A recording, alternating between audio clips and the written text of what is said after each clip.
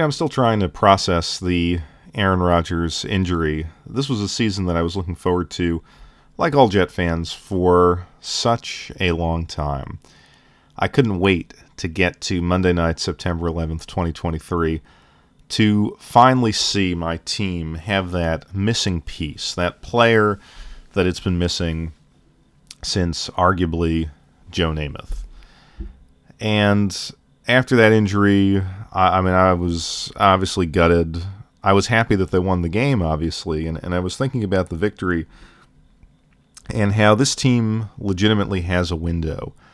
And it's going to kill me to see that window close because we still haven't gotten the quarterback position right. Over the years, I've said to friends, family, Jet fans, that the Jets' bad luck is not really purely luck. It's manufactured through bad decisions. And their horrible decisions at drafting quarterbacks, we all know what they are, but when you kind of piece them together and you look at the timeline of who they had playing this position, it shows you it creates a cycle that creates desperation that leads to the next bad decision. And a while back, I kind of mapped this out for myself. This was before the Jets signed Aaron Rodgers, and I was thinking whoever they sign, they were talking about Derek Carr, Aaron Rodgers, is this going to break the cycle or continue the cycle? And after Monday, I hate to say it, I think we're continuing the cycle. So I want to look at that timeline. So basically, my thought process has always been the Jets made two, and now potentially three horrific blunders at selecting quarterbacks. We all know the 1983 draft, they selected Ken O'Brien. They had the opportunity to select Dan Marino, and they didn't do that. And if you think about the team that the Jets were in the 80s, if they just had Marino for some of those years, I think they would have won a Super Bowl. At the Sack Exchange team, Wesley Walker, Al Toon, Freeman McNeil, that whole era, I think that team was more talented than they got credit for, and I think Marino would have put them over the top. But since they didn't select Marino, and you look at the years between Ken O'Brien and Brett Favre, you really had some quarterbacks that just couldn't get the job done until you got to Vinny Testaverde. But again, I ask the question, if we look at Marino's playing career from 83 until 2000, if Dan Marino was the quarterback of those of the 98 team, the 99 team, he's at the end of his career, does he bring the Jets to another Super Bowl? But instead, we've got the whole Browning Nagel, Neil O'Donnell, Boomer Esiason. Boomer was okay, but the team was terrible. Obviously, they drafted poorly. They had terrible coaching. So I'm not saying that it's purely the quarterback. If all of those things still existed, you never know. But I feel like the quarterback, selecting that wrong quarterback, started the path of futility. And then you get to the Chad Pennington era. Now, this was, and actually is to this day, my favorite era of Jets football. I love those early 2000s teams. Just that game against the Packers in 2002, the playoff game against the Colts. Those were some of my happiest moments as a Jet fan. But coming out of that time, when you got to the decision that they made to move on from Chad Pennington and sign Favre. And Favre, obviously, as we all know, was using the Jets as a stepping stone to get to where he wanted to go in Minnesota. But if the Jets had just held on to Chad Pennington, that 2008, 2009 2010, those Jets were very good teams.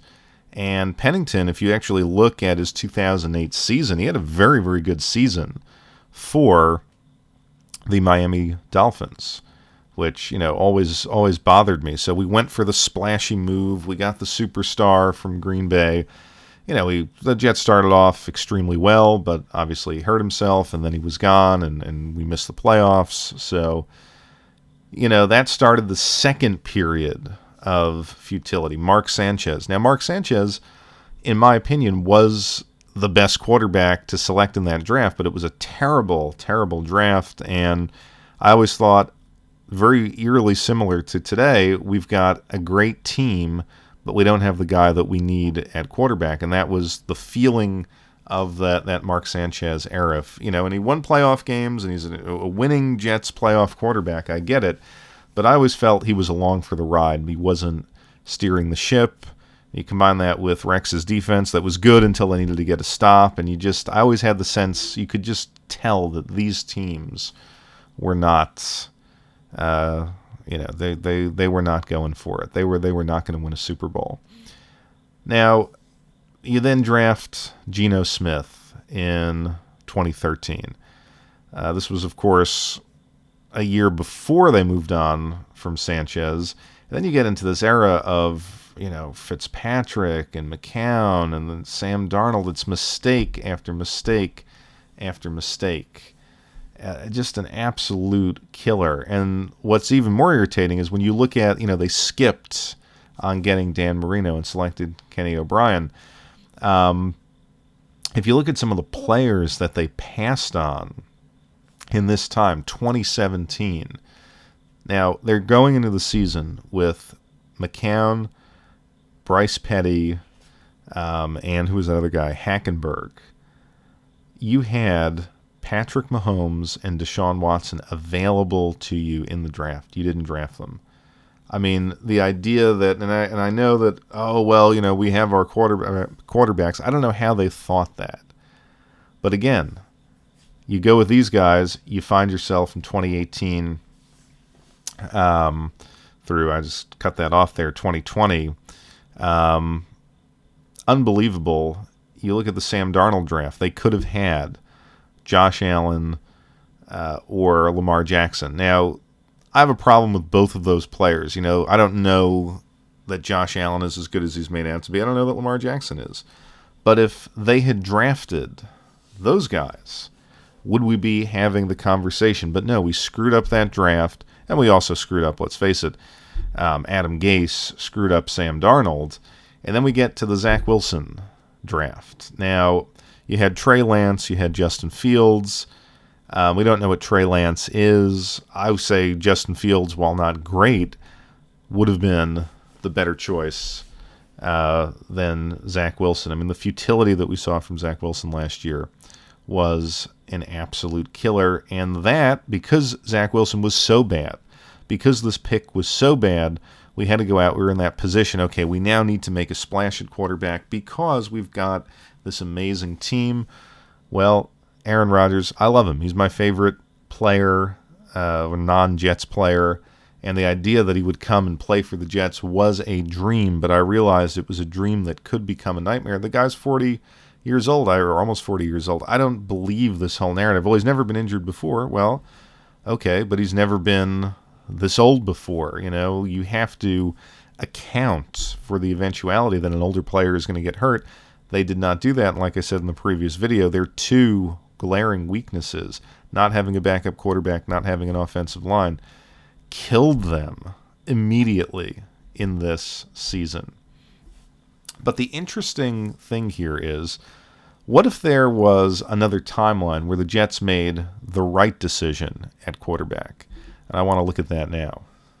Now, I'm going to admit right from the outset that what I'm going to do here is I'm going to make a lot of assumptions. And first of all, I'm going to assume that the Jets picked the best option at quarterback and that these quarterbacks played out their career as they happened. They're kind of useful careers.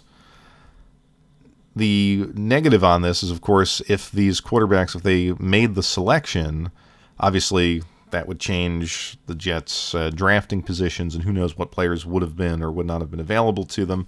But I'm just going to say this is an interesting thought experiment. Who could have been available to the Jets? And then you look at it, all things being equal, bad coaching, bad drafting at other positions, and you can kind of say, like, what would the end result be? So this is kind of like timeline number one. So we rewind to 1983. They draft Dan Marino. Dan Marino plays his whole career for the Jets. We talked about that. 2000, Chad Pennington. I still think it's the right pick. I can't fault the Jets for picking Chad Pennington. Of course, however, Tom Brady was available in the 6th round. The Jets did have a 6th-round pick before Brady, who I think was like 199. I think the Jets had like, in the 180s, late 170s, 180s. Brady was available. Now, a lot of teams passed on Brady, so I don't know if you could say that the Jets, what a screw-up drafting Chad Pennington. So I'm not going to fault him for that one. So let's assume that Chad Pennington plays his, full career, or just about his full career with the Jets. They keep him through 2008, and he has that great season with the Jets in 2008. That's a coin toss. He had a lot of injury problems. And again, I think Woody Johnson at that point wanted to like make this big celebrity splash and get Brett Favre. But let's assume that cooler heads prevailed and they kept Pennington through 2008. Again, this is where the draft conversation comes into play. In 2008, they could have drafted Joe Flacco or Matt Ryan, but Matt Ryan went a little bit earlier. So, Joe Flacco was available. Again, if Chad Pennington has that great season, who knows what happens, although the Jets didn't have a bad season in 2008, and they theoretically were in the position to get Flacco. So I'm going to leave that there just as the thought experiment. Flacco plays the majority of his useful career up until the point where Baltimore got rid of him. Now it's 2019, and the Jets could have selected the guy who, arguably was the best quarterback there, and that's Daniel Jones. Now, is Daniel Jones what we want at quarterback right now? Well, he is a lot better than Zach Wilson. And Joe Flacco, coming in as a rookie in, 2008, 2009, he 2010, could he have won one of those AFC championship games? I don't know. But again, if you had kept Marino, you would have if you would have drafted Marino, you would have set yourself up for that timeline. So then the next possible timeline is one where you look at the Jets and you say, well, Pennington played so well in 2008. Why would you get rid of him in 2009? He started for the Dolphins in 2009, got injured again. I think he played maybe 2-3 games, and then his career was essentially over. Well, what if the Jets didn't get rid of him after 2008, kept him into 2009, and the same thing happened? They might have been in a position to draft Sanchez, and if they had kept Sanchez and not drafted Geno Smith in 2013, and don't forget, Sanchez, I believe, started 2014, got injured, and that's when they brought Smith in. So if they had just waited that out and entered the 2014 draft, they could have had Derek Carr or Jimmy Garoppolo. And if they had drafted those guys in 2014, who knows? They could still be playing today. And the point is that, these timelines, I would argue, are infinitely favorable to the current timeline that we have. Now, again, this is a flawed argument because if we had drafted the right players, then it changes the other players that we would have drafted. It changes the coaches that we could have attracted. It's a complete culture change. But I think, like I said, when you just look at the mistakes and how bad decisions created other bad decisions, how desperation built upon desperation, and you look at this list of players, after Monday night, you're just kind of looking like the Zach Wilson, how many years will this set us back?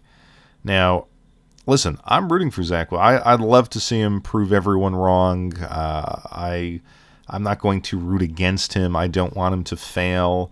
I want Aaron Rodgers to come back next year and go on that Super Bowl run. As a fan, I will buy into it. But as an observer who tries to be objective, I saw nothing from Zach Wilson in the Buffalo game that would tell me that he's ready to take the next step and just become a serviceable quarterback. Yes, he didn't throw the game away, but he did nothing to have that killer instinct to win the game.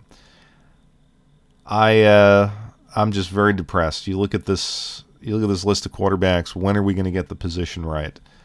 NFL's unpredictable. I hope we can flip the script, but the next time that we go after a quarterback, it needs to be finally the right call.